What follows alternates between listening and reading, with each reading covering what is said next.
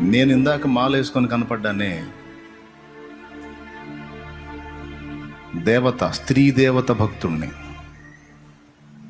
నేను అంతగా ప్రేమించి ఆరాధించిన దేవత, నేను అమ్మవారు అమ్మవారు అని ఆరాధించిన దేవత నా పాపములు ప్రాయశ్చిత్తము కొరకు ఏం చేసింది అన్న స్టోరీ చదివా.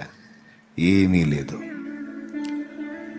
ఆమె భర్త, ఆయన చేసిన పుణ్యకార్యం ఏంటో అని చూసా.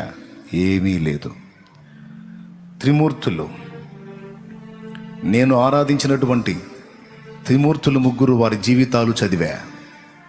నా పాపముల ప్రాయశ్చిత్తార్థమై వారు చేసినటువంటి బలియాగం ఏంటి?